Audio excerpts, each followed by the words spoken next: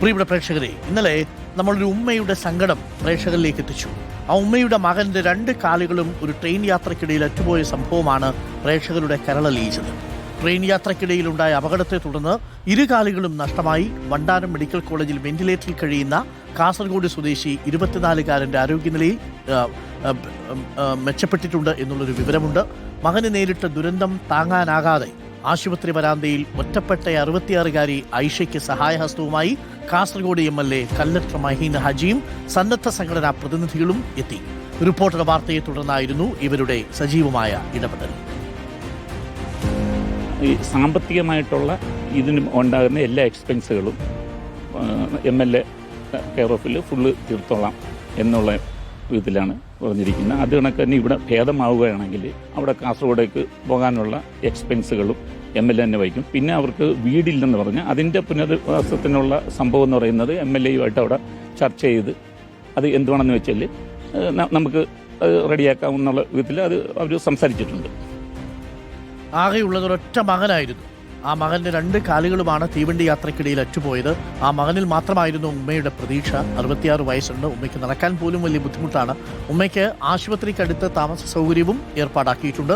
കല്ലട്ര മഹീൻ ഹാജി MLAയുടെ ഇടപെടലിൽ ഭക്ഷണത്തിനും മറ്റ് ചെലവുകൾക്കും ആശുപത്രിയിലെ മറ്റ് സഹായങ്ങൾക്കും സന്നദ്ധ പ്രവർത്തകനായ ഹാഷിം വണ്ടാനവും സുഹൃത്തുക്കളും മുഴുവൻ സമയവും ആശുപത്രിയിൽ തന്നെ ഉണ്ടാവും.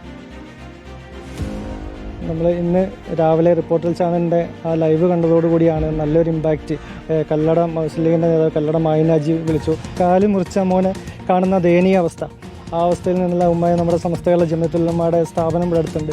അവിടെ അവരെ താമസിപ്പിച്ചു. അവർക്ക് വസ്ത്രങ്ങൾ, ഭക്ഷണങ്ങൾ എല്ലാം ഉറപ്പ് നൽകി. ഇതുവരെയുള്ള മുഴുവൻ ചികിത്സകളും വളരെ ഭംഗിയായിട്ട്, CT അടക്കമുള്ള എല്ലാ കാര്യങ്ങളും വളരെ ഭംഗിയായിട്ട് പോകുന്നു. ഞങ്ങൾ വിക്കായുടെ പ്രവർത്തകരാണ് ഇവിടെ പൂർണ്ണമായും രാവും പകലും നിന്നുകൊണ്ട് അദ്ദേഹത്തെ സംരക്ഷിച്ചുകൊണ്ടിരിക്കുന്നത്. മകന്റെ അപകട വിവരമറിഞ്ഞ് കാസർഗോഡ് നിന്നാണ് 66-കാരിയായ ഐഷ ആലപ്പുഴയിലെത്തിയത്. നാടറിയില്ല, നാട്ടുകാരെ അറിയില്ല, അതും ഹൃദ്രോഗവുമുണ്ട് ഐഷയ്ക്ക് എന്നുള്ളതാണ്.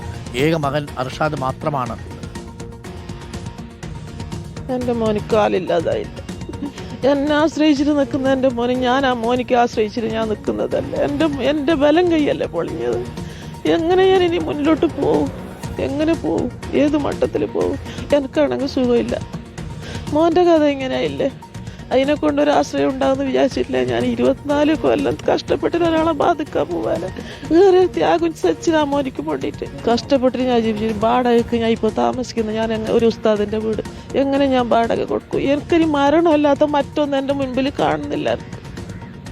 ഇതെൻ്റെ മനസ്സ് തോന്നിയിട്ടുള്ള പറച്ചില്. വല്ലാഹി സത്യം ഞാൻ പറഞ്ഞ മരണമല്ലാത്ത മറ്റൊന്നും എൻ്റെ മുമ്പിലില്ല. ഉമ്മയുടെ ഈ സങ്കടം കണ്ടാണ് റിപ്പോർട്ടർ നമ്മളുടെ മനീഷ് മഹിപാൽ ഉമ്മയെ സമീപിക്കുന്നതും വാർത്തയാക്കുന്നതും അതിനുശേഷം കല്ലട്ര മഹീൻ ഹാജി MLA വിഷയത്തിൽ ഇടപെടുന്നതും സന്നദ്ധ സംഘടനാ പ്രവർത്തകർ ഉമ്മയുടെയും അർഷാദിന്റെയും സഹായത്തിനായി ഇപ്പോൾ അവിടെ എത്തുന്നതും. മനീഷ് മഹിപാലുണ്ട്. മനീഷ് മഹിപാൽ, വാർത്തയിലൊരു ചെറിയ ഇമ്പാക്റ്റ് ഉണ്ടായിരിക്കുന്നു. ആ ഉമ്മയെ സംബന്ധിച്ചിടത്തോളം താൽക്കാലിക ആശ്വാസം എന്നേ പറയേണ്ടൂ. ഇനി അർഷാദിന്റെ നില ഇപ്പോൾ എങ്ങനെയുണ്ട് മനീഷ്? കുറച്ച് മെച്ചപ്പെട്ടിട്ടുണ്ടോ? പക്ഷേ 2 കാലുകളും ഇല്ല എന്നുള്ള വിവരം അർഷാദ് അറിഞ്ഞിട്ടുണ്ടോ മനീഷ്?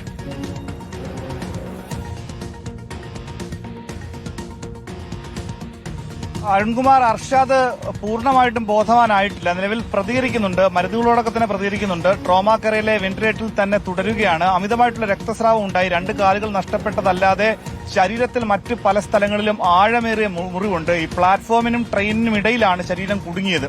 അവിടെ വെച്ച് തന്നെ വലത്തേക്കാൽ അറ്റുപോയിരുന്നു. അതുകൊണ്ട് തന്നെ അത്രയേറെ പ്രയാസം ആരോഗ്യകരമായി ഉണ്ട്. ഇനിയിപ്പോൾ ഈ ഉമ്മയ്ക്ക് ഇപ്പോൾ ആശുപത്രിയിൽ വലിയ ഒരു ആശ്വാസം ഉണ്ടായെങ്കിൽ കൂടി ആശുപത്രിയിൽ നിന്ന് ഡിസ്ചാർജ് ആയാൽ പിന്നീട് കാസർഗോഡ് എത്തിയാൽ എന്താകും എന്നുള്ളത് വലിയ ചോദ്യചിഹ്നമാണ്.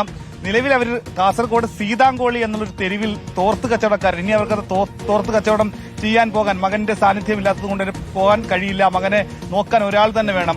ഒപ്പം തന്നെ ഇന്നലെ അറിയുന്നത് ഈ ഉമ്മയ്ക്ക് വലിയ രീതിയിലുള്ള ഹൃദയ സംബന്ധമായ അസുഖമുണ്ട്. ഹൃദ്രോഗിയാണ്.